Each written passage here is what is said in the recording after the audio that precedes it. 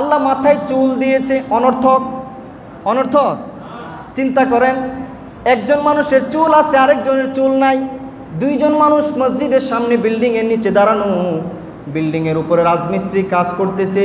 হঠাৎ করে ছোট দুইটা পাথর, একজনের চুল নাই তার মাথায় পড়ছে, আরেকটা পাথর যার মাথায় চুল আছে তার মাথায় পড়ছে, আরেকটা পাথর যার মাথায় চুল নাই তার মাথায় পড়ছে। কে বেশি ব্যথা পাবে?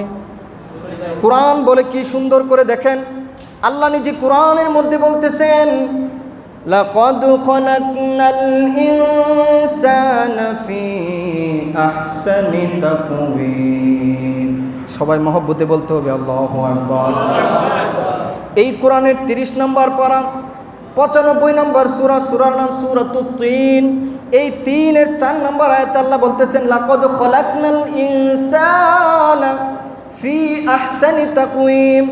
আল্লাহ বলতেছেন অবশ্যই অবশ্যই আমি মানুষকে সৃষ্টি করেছি বড় সুন্দর আকৃতি দিয়া, বড় সুন্দরতম গঠনে, বড় সুন্দর আকৃতি দিয়া, হাজার কম্পিউটারের চাইতে দামি ব্রেন দিয়া, এক একজনের এক এক হিডেন কোয়ালিটি যোগ্যতা, এক একজন এক এক ফানে মাহের। একজনে যেটা পারে আরেকজনে এটা এমনভাবে পারে না। এত সুন্দর ব্রেন, এত সুন্দর চোখ, এত সুন্দর হাত মুট করার শক্তি। আপনি বডিটা নিয়ে চিন্তা করেন, এই বডি নিয়ে গবেষণা করে হাজার হাজার মানুষ নতুন করে কালিমা পড়ে মুসলমান হয়ে গেছে। কোরআন নিয়ে গবেষণা করে হাজার হাজার মানুষ নতুন করে কালিমা পড়ে মুসলমান হয়ে গেছে। মানুষ কেন সৃষ্টির সেরা? মানুষ কেন সৃষ্টির শ্রেষ্ঠ? আপনি নিজের বডিটা নিয়ে একটু গবেষণা করেন, আপনি পেয়ে যাবেন। এই যে নিঃশ্বাস নিতেছেন, বিজ্ঞানীরা রিসার্চ করে দেখে মেডিকেল সায়েন্সের ভাষায় একজন সুস্থ সবল মানুষ প্রতি মিনিটে ন্যূনতম 10 বার নিঃশ্বাস আনা নেওয়া করে, ঘন্টায় মিনিমাম 600 বার, দিনের মধ্যে মিনিমাম 14,600 বার নিঃশ্বাস আনা নেওয়া করে। যার বিল দিতে গেলে অসুস্থ হয়ে ওই হাসপাতালের মধ্যে 3 লক্ষ টাকার বিল চলে আসবে। যদি আপনার এরকম সারা বছরের বিল দেওয়া লাগতো, দুনিয়া বিক্রি করে আপনি বিল দেওয়ার ক্ষমতা ছিল না। ফ্রিতে এই নিঃশ্বাস আনা নেওয়ার ক্ষমতা আমাদেরকে যিনি দিয়েছেন তিনি কে? আল্লাহু আকবার। ওই আল্লাহ তাআলা আপনাকে দেখেন বডিটা নিয়ে মাঝে মধ্যে বসবেন, আল্লাহ মাথায় চুল দিয়েছে, অনর্থক অনর্থক চিন্তা করেন, একজন মানুষের চুল আছে আরেকজনের চুল নাই। দুইজন মানুষ মসজিদের সামনে বিল্ডিংয়ের নিচে দাঁড়ানো, বিল্ডিংয়ের উপরে রাজমিস্ত্রি কাজ করতেছে। হঠাৎ করে ছোট দুইটা পাথর, একজনের চুল নাই তার মাথায় পড়ছে, আরেকটা পাথর যার মাথায় চুল আছে তার মাথায় পড়ছে, আরেকটা পাথর যার মাথায় চুল নাই তার মাথায় পড়ছে। কে বেশি ব্যথা পাবে? যার চুল নাই, ঠিক না? তাহলে বোঝা গেল চুলটাও অনর্থক দেই নাই, নেয়ামত, এটাও নেয়ামত। হাত দিয়েছেন আল্লাহ, ভাঁজ করার ক্ষমতা দিয়েছেন। কত সুন্দর করে মুঠ করে ধরো, শক্ত করে বাবার হাতটা ছোটোবেলা থেকে ধরো, শক্ত করে খাবারটা মুঠ করো, শক্ত করে সুন্দরভাবে মুখে দিয়ে দাও, কোনো ভেজালও রাখে নাই। যদি তোমার স্প্রিং সিস্টেম করে দিত, তুমি স্প্রিং খুলে ব্যাগের মধ্যে রাখছো, ব্যাগ চুরি হয়ে গেছে, অবস্থাটা কি হইতো? কোনো ভেজাল রাখে নাই।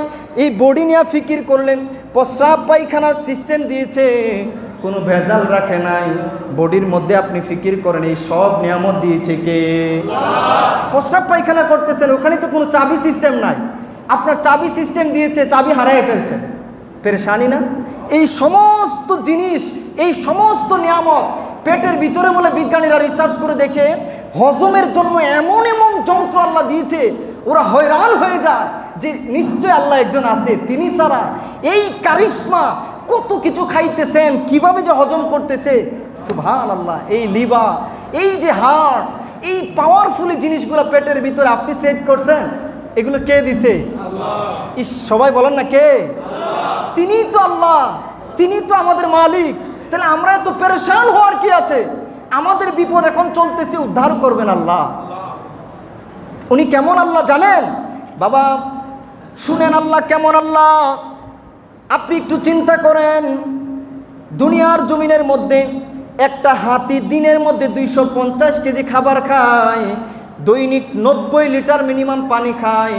এই যে দুনিয়াতে এত এত হাতি, আল্লাহ তাআলা কুদরতিভাবে সব হাতির খাবারের ব্যবস্থা করে কি করে না? সাগরে কত শত কোটি কোটি তিমি মাছ, এক একটা তিমি মাছ নিয়ে গবেষণা করে দেখে 200 নৌজওয়ান তরতাজা যুবক গুস্ত পোলাও দিয়ে সবাই যদি খায়, এক বেলায় যতটুকু খাবার খাবে তিমি এক লোকমায় সেই খাবার খেয়ে ফেলতে পারে। সাগরে এত শত তিমি আল্লাহর তাওয়াক্কুলে আছে, আল্লাহ তাদের খাবার ব্যবস্থা করে কি করে না। হাইরে মানুষ হয়রান হয়ে যায়, মনে করতেছে যে খাইলাম দাইলাম প্রস্রাব পায়খানা করলাম আর রং ডং করলাম, এটাই জীবন। আচ্ছা, এটা তো একটা পিঁপড়ার জীবন। একটা পিঁপড়াও তো খাবার দাবার খাইতেছে, জমা করতেছে, শেষ। এটা তো কুকুরের চাইতেও নিকৃষ্ট জীবন। একটা কুকুরে না, দেখবেন আপনার বাড়িতে দাওয়াত, 60 বালতি উচ্ছিষ্ট জমা হয়েছে, হাড্ডিগুড্ডি জমা হয়েছে, এগুলো দিছেন, আপনার বাড়ির 2টা কুকুর জীবনও খায়া শেষ করতে পারবে না। এরপরও আরও 2টা কুকুর আসলে ঘেউ ঘেউ শুরু করে দিই, ঘেউ ঘেউ শুরু করে দিই, এগুলো সব আমার, অথচ সে কিন্তু খেয়ে শেষ করতে পারবে না। এখন কিছু মানুষও আমরা এমন আছি, হাইরে মানে এক জোড়া জুতা কিনতে গেলে 10 বার চিন্তা করে ঠকে যাতে না যায়। কত দেখি জুতা কিনি, 1 কেজি আলু কিনতে গেলে কত বাসি, কত চিন্তা করি এক সেট কাপড় কিনতে গেলে যাতে না ঠিকই, অথচ চিরস্থায়ী এগুলো সব অস্থায়ী, 2 দিন পরে কাপড় জুতা নষ্ট হয়ে যায়। চিরস্থায়ী আখিরাত, চিরস্থায়ী জান্নাত নিয়ে একটু ফিকির করার সময় আমাদের নাই। চিরস্থায়ী আখিরাত নিয়ে ফিকির করি না, সন্তানকে চিরস্থায়ী আখিরাত নিয়ে ফিকির করতে শিখাই না। চিরস্থায়ী আখিরাতের জন্য সপ্তাহে অন্তত একটা দিন বারবার অনুরোধ করি আপনারা পরিবার নিয়ে দেন, একটা দিন আখিরাত নিয়ে পরিবার নিয়ে আলোচনা করেন, একটা ইসলামী বই নেন, সবাই একটু চিন্তা করেন আমাদের যার যে বদভ্যাস আল্লাহ খুশির জন্য এগুলো চেঞ্জ করে ফেলতে হবে। নেক আমলের অভ্যাস করতে হবে, কোরআন পড়তে হবে, তওবা বেশি বেশি করতে হবে, দুরুদ পড়তে হবে, এটা হবে মানুষের জীবন।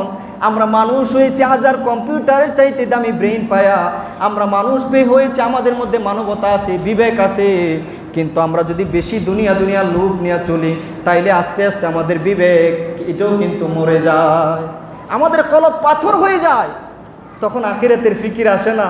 হাইরে কিছু মানুষ আখিরাতের বইয়ে কত সুন্দর কান্না করতেছে, আপনার আমার চোখ দিয়ে পানিও আসে না।